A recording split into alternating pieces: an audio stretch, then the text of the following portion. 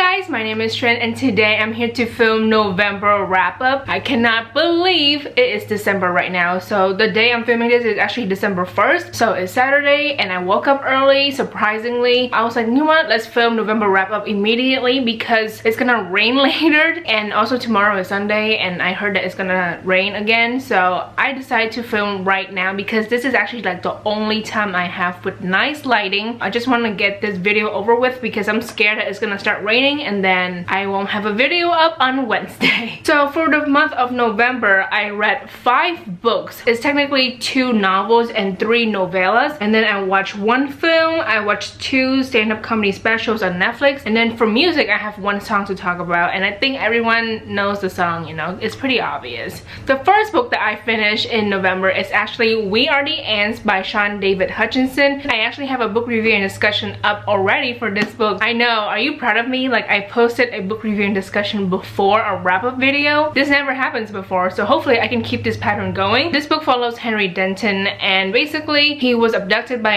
aliens, and the aliens give him a choice to save the Earth. They tell him that, hey, the Earth is gonna end on January 29th of 2016. There is this red button, and if you press that red button, you can save the planet. But throughout this entire book, Henry is like, I'm not gonna press the button, fuck this, because his life is really just horrible. He's going through a lot when it comes to family and school and personal life and love lives and stuff like that, because his family is very, how do I say this, they're very complicated, and he's being bullied a lot in school and it's really horrible. Like, Marcus is like the biggest bully and he's honestly horrible. Like, I could not believe when I was reading this book how much Henry has been bullied for like the past years or so. In addition to that, his boyfriend Jesse committed suicide a year before, so Henry has to carry that burden and he has to deal with the fact that his boyfriend has died. But then of course a boy named Diego Vega, he is a new student in school, and of course they meet, they fall in love, all these things happen, and it's really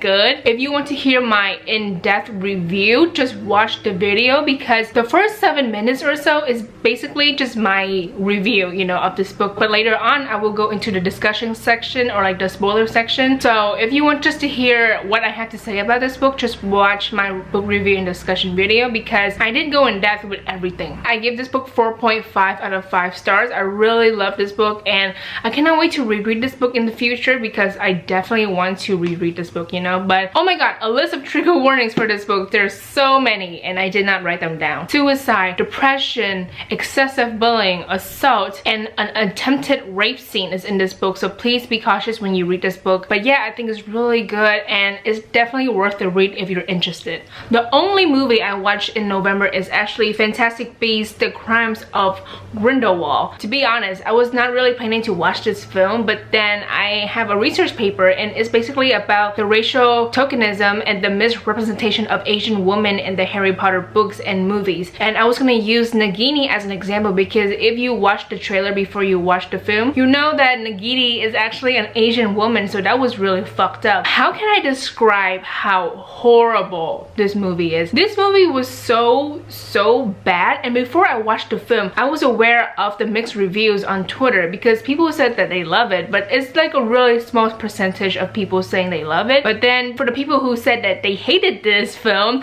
there's a huge percentage. So I was very curious, and when I finished the film, I was so angry. There were so many shitty things that happened in this film and I could not comprehend how on earth people give this a really good review, I guess. Like, when it comes to critics, like, what even? The plot, the pacing, it was just off because the whole entire time I'm like, okay, we have so many characters, but what is the plot? Like, yeah, Grindelwald is the bad guy, but half the times I don't give a shit about him. Now, the characters, it was just bad.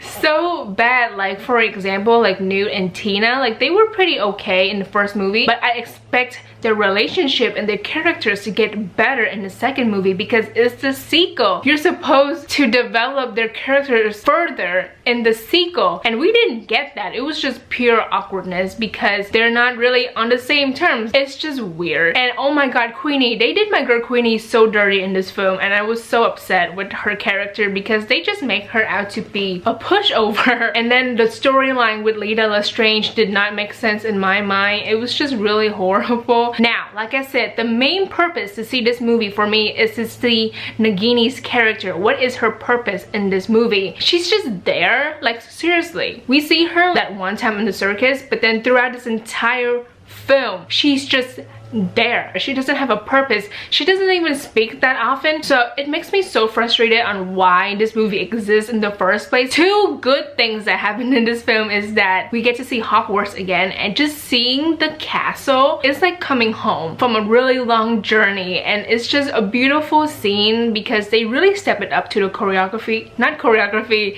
to the cinematography. I'm so sorry. The second thing is that Jude Law being young Dumbledore, like, that's some good shit, you know? But yeah, that's all I have to say for The Crimes of Grindelwald. It was just really disappointing. I'm gonna give this movie 1 out of 5 stars. The first movie was so good, and I cannot believe we get this shitty sequel. So yeah, I hate this film so much, and I'm never watching this ever again. The second novel that I finished in November is, of course, Lord of Shadows by Cassandra Clare. I do have a book review and discussion up for this book. I uploaded it yesterday, so you can, you know, watch it. It will be linked down below and also in the cards. If you don't know, it is the second book of the Dark Artifices trilogy, and since Queen of Air and Darkness is coming out in December, actually in like a few days, then of course, you know, I have to read the first book, the second book, to get ready for the final book of this amazing trilogy. This book was so good. It's gigantic, but guess what? I finished it. I had so much fun reading it, but at the same time I was crushed. Now I just have to wait for the third book. I mean, I'm so happy that I don't have like a long wait like other people, you know, because I know a lot of people read this book when it came out back in like the spring of 2017, and I just finished it like this month for the first time, so I only have like a few days to wait for Queen of Air and Darkness. There's not much to say. Like I said, I have an entire video on this book, and you can watch that if you're curious, but all I have to say is that it's really good. I am now a Shadowhunter trash. I mean, I've been trash for this series since 2013, but now my love for the Shadowhunter Chronicles and for Cassandra Clare is above and beyond. I am loving this series so much, and I'm so excited to read Cassandra Clare other books because I know that she has like 3 books coming out in 2019. So for this book, I gave it a 4.5 out of 5 stars, and I will explain why I gave it a 4.5 out of 5 stars in my book review and discussion if you're curious. And I'm so excited for Queen of Air and Darkness. In November, I was hanging out with my friend Sierra, and we decided to watch New in Town, which is a stand-up comedy special by John Mulaney. So this is actually my second time watching John Mulaney on Netflix because I love him. Like, the first time I watched him was like in June of 2018, and I decided to watch it again because I miss his humor and I miss his jokes. New in Town is just really funny. Like, you're not going to be disappointed when you watch this. It is an hour long, and I like to watch his stand-up comedy specials when I do my makeup because I take forever doing my makeup, and I like to, you know, listen to his jokes when I do my makeup. So I highly recommend watching John Mulaney's stand-up comedy specials on Netflix if you're interested, because it's actually really good. Like, you won't be disappointed. So of course for New in Town, I give it a 5 out of 5 stars. The second one I watched, or like the last one I watched this month, is actually The Comeback Kid, and this one was also just as good. He is so funny, and that's something that I feel like is rare to find, like someone who's good at storytelling but also has good jokes and, you know, is very funny. And I swear to you, I had the time of my life watching The Comeback Kid while doing my makeup because it was just so good. And I showed my mom like the last 15 minutes of this stand-up comedy special because he tells the story of how he met Bill Clinton when he was like a teenager, or when he was like 9 years old. I don't remember how old he was, but that story was just really good. And when I finished The Comeback Kid, I just think to myself, like, this is how you tell a story. So of course for The Comeback Kid, I gave it a 5 out of 5 stars. for the month of November, like I said, I finished Lord of Shadows, and after I finished that book, I didn't know what to do with myself because the whole time, like, I cannot just read another book. That's just impossible. But at the same time, I had like a few more weeks to wait for Queen of Air and Darkness, so I was stuck. I didn't know what to do.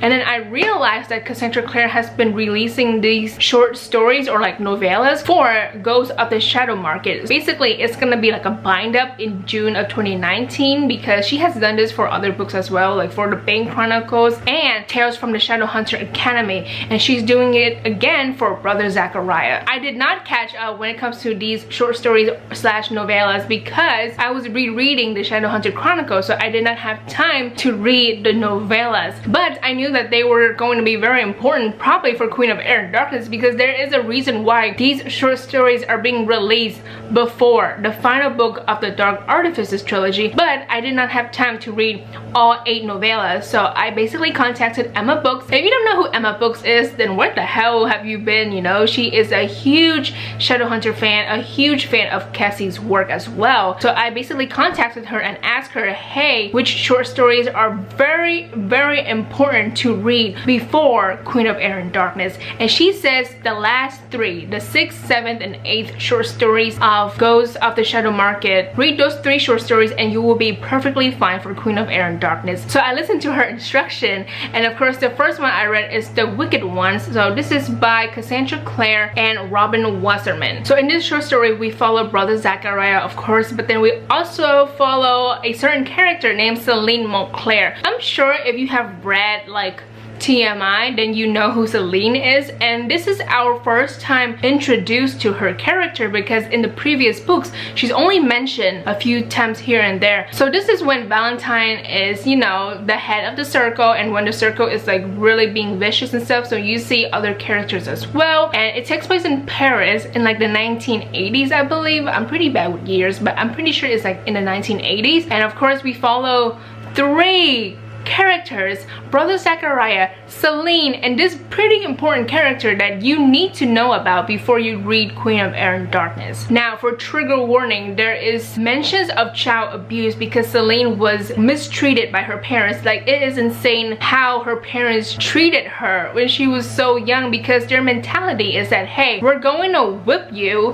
and we're going to, you know, make sure that you feel pain in order for you to be better at being a shadow hunter. Like, that's how they show their love, but in a really fucked up way. They actually think that they're doing a good thing by mistreating their daughter like this. I feel so bad for Celine because she is underestimated a lot in this short story, because people keep viewing her as weak, as like a child, because she's younger than like the other followers of the circle. But of course Valentine just swooped in and he's very manipulative. That's like a thing about Valentine, is that he's charming, he knows his power, and he's very manipulative. So yes, it is very important to read this short story before you read Queen of Air and Darkness. It's just important. Like I said, like, thank you Emma for, you know, telling me what I need to read before the 3rd book of the Dark Artifices trilogy. So for The Wicked Ones, I gave it a 5 out of 5 stars.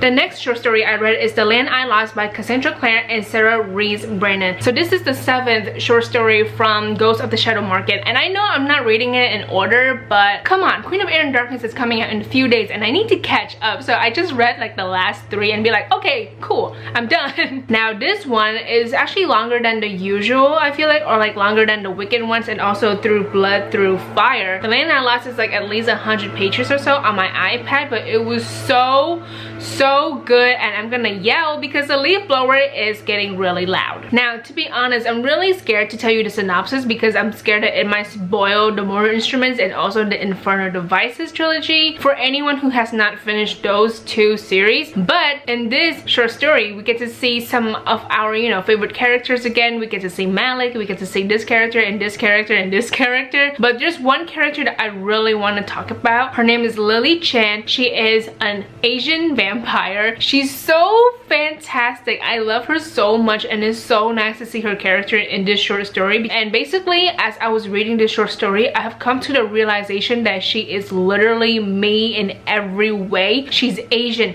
she's pansexual, she's sarcastic, she loves gem, and she loves children. It's crazy how this side character is someone that I really love and I really relate to on a personal level. Now, the last thing that I want to talk about in this short story is Alec. Alec is such a fantastic character. So we really get to see him grow as a person from TMI to like now in 2012. It's just so great to see him grow because I really love Alec now. Like, he's so mature and responsible. He has done so much for the Shadowhunter community. Even though he has made a few enemies along the way, I still love him no matter what, and I'm so glad and so happy to see him grow so much from TMI. So of course, The Land I Lost, I gave it a 5 out of 5 stars. I really loved that short story. It was wonderful, and I love all of the characters in The Land I Lost. The last short story I read is Through Blood, Through Fire by Cassandra, Clare, and Robin Wasserman. So this is the last short story as of now, because if you don't know, the bind-up is coming out in June of 2019,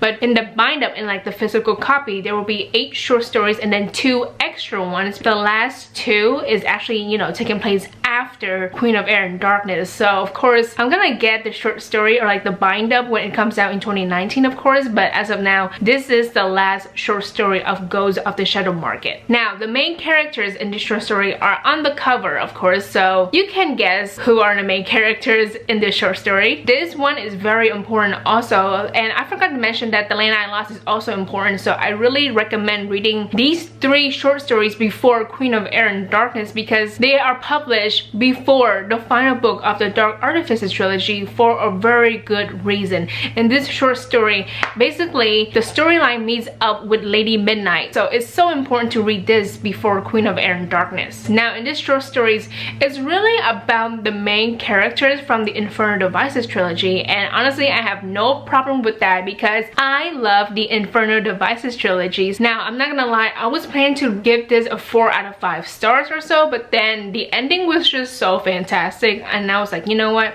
I'm gonna give this a 5 out of 5 stars. So yeah, that's my final rating for this last short story. You really need to read these 3 short stories before Queen of Air and Darkness because now I'm caught up with the important parts of Queen of Air and Darkness, and I'm so excited to read the final book of TDA. Now, for music, there's only one song that I want to talk about, and it is Thank You Next by Ariana Grande, and this song came out in the beginning of November, and I was really shocked when Ariana Grande dropped a new song after her Sweetener album that just came out in like August of 2018. I cannot believe she's making new music again, so it's really fast, but I'm so happy to see her being invested in her work or like expressing her emotions through her work because she's really good at it. She's really good with writing music and good with performing and good with giving us the visuals because the music video came out yesterday and it was really good. It's really cute because we get sneak peeks here and there, and I'm just really happy to see Mean Girls in here because they did do the iconic Christmas dance from Mean Girls in the music video, and I'm just so happy to see that because I love Mean Girls, you know, it's really entertaining. So of course this song, 5 out of 5 stars, is so good, it's so catchy. It's a really cute song, and you can tell that this song is very personal for her because it talks about her love life, but then it also talks about her parents and their failed marriage. Everyone loves it and I love it as well, even though I don't listen to it often because I feel like if I do listen to it multiple times a day, I will get sick of it. So I try to listen to it a few times here and there so I won't hate it in the future. So that is it for my November wrap up. I'm gonna wrap this up because the leaf blower keeps coming back and it's gonna rain soon. I just know it because I could tell by the weather that it's gonna rain. So that is it for today's video. I hope you guys enjoy it. Thank you so much for watching. Please like and subscribe for more videos, and I will see you guys later. Goodbye. Feels right, feels right.